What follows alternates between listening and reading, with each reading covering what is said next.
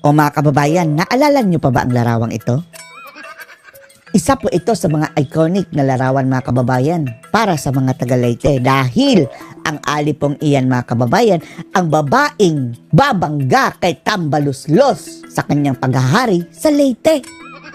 Siya po si Nene Bacale na endorse po ni dating Pangulong Duterte at sa makatuwid, ini-endorso po rin siya ni VP Inday Sara. Tarantado si Tambaluslos mga kababayan nung nakita niya ang mga larawang iyan. Dahil maging ang mga taga Leyte mga kababayan ay sukang-suka na rin dito kay Tamba. Dahil habang nagpapayaman siya mga kababayan ay ang kanilang lugar ay hindi po makausad-usad. Dahil may mga pansariling agenda itong si Tamba Kaya nga sa pagtakbo nitong si Nene Bacale ay delikado ang Tambaluslos nyo. Sa makatuwid mga kababayan, ang sabi pa nga ng ibang taga Leyte, anyone but Tamba. Kahit sino lang daw mga kababayan, basta hindi lang si Tambaluslos. Sa makatuwid, 3 po ang kalaban ni Tambaluslos mga kababayan. All in all, 4 silang tumatakbo. Pero anong nangyari? Coincident nga lang ba? Dahil paglabas po ng mga kababayan, official sample ballot ng COMELEC, ay nag-iisa na lang si Tamba. Sabay-sabay pong pinadisqualify ang 3 kalaban ni Tambaluslos mga kababayan. Oh, paano yan nangyari? Talagang ang 3 kalaban ni Tamba sabay-sabay na disqualify kasama na si Nene Bacale? Hindi ba yan fishy? Panoorin po natin mga kababayan ha. Sample. Wala po yung pangalan ni Bacale, Nene, independent candidate para kongresista laban kay Martin Romualdez. Naglahog parang bula mga kababayan sa isang iglap. Walang notice ha, pero andun mga kababayan sa official list ng candidate mga kababayan ng COMELEC. Tapos sa isang iglap, sa final printing, biglang nawala ang pangalan.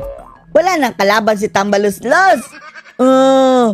Busy daw si Tamba mangampanya mga kababayan dahil siya nagka-aktang presidente sabi ng ilan. Dapat i-eliminate na ang kalaban.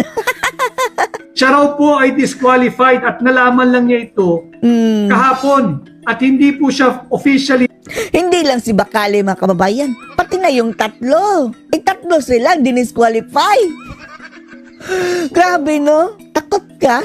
Tambaluslos? At okay lang sana mga kababayan kung ma-due process dahil kapag i-disqualify mo ang iyong kalaban mga kababayan bibigyan mo ng due process dahil matagal na October pa yan, di ba? I-inform mo tapos ika-clarify mo talaga yung mga issues. Walang pasabi mga kababayan. Nilagay pa nila ang official na pangalan doon sa kanilang listahan ha. Una, tapos nung printing na wala na. Huli na ang lahat mga kababayan. Wala na silang magagawa dahil final na yun. Nasa balota, isa na lang si Tamba. Notified ng COMELEC. Hindi ni-notify ng COMELEC. Bastusan na po ang ginagawa pati ng COMELEC. Tambaluslusan Hindi na. binigyan ng notice yung tao na meron palang oposisyon doon sa kanyang pag-transfer ng kanyang distrito. Basic po iyan sa ating saligang batas.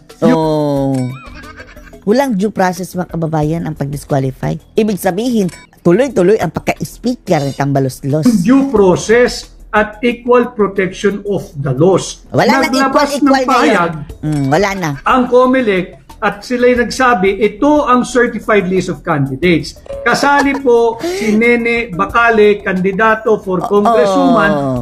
Ito ang nilabas, yan. Sa makatuwid, 3. Tapos, 3 talaga sabay-sabay dinisqualify. Hindi ba katambaluslusan niya? Laban ni Martin Romualdez. Hindi po talaga marunong lumaban ng malinis at patas ang ating mga nagpapahirap sa bansa. Tinanggal po nila si Nene Bacale bilang opisyal na kandidato ayon sa COMELEC. Ito po ay violation ng kanyang right to due process and equal protection of the laws.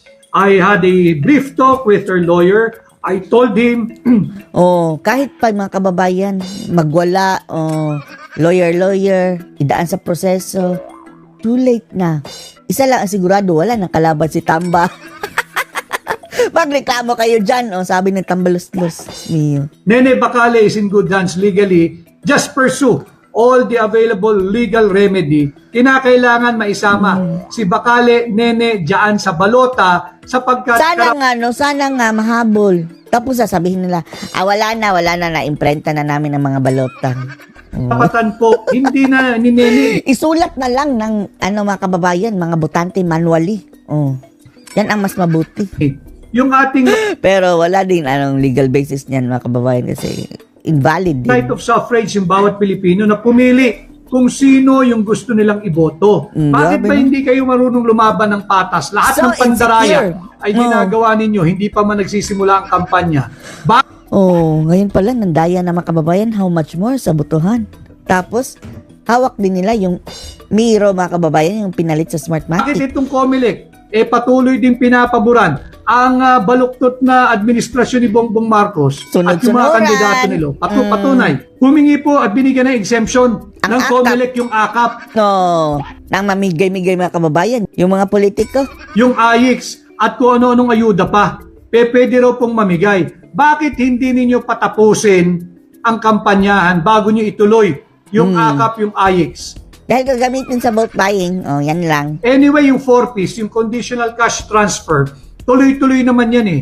Pero yung unconditional, unmitigated, and unlimited cash transfer na nagiging dahilan kung bakit tumataas yung ating inflation at yung hanay ng mga tamad, yan ay dapat tinigil muna ng COMELEC. Hanay Obvious ng naman, mga tamad. papagamit ng COMELEC at yan ang ating dapat bantayan. Pucha Garcia at Tambaluslos. Tama ho, masamang tandem yung Tambaluslos at yung COMELEC. Dapat po kayo mag-ingay dyan. So, first legislative district ng Leyte. Wala na siya kalaban. Ayaw ng may kalaban ng taong ito. Kaya tinanggal nila si Bacale Nene. Grabe. Ganito na po kasama. Ganito na po kababoy at patuloy na Talagang tambaboy, mga kababayan. tangan sa ating saligang batas.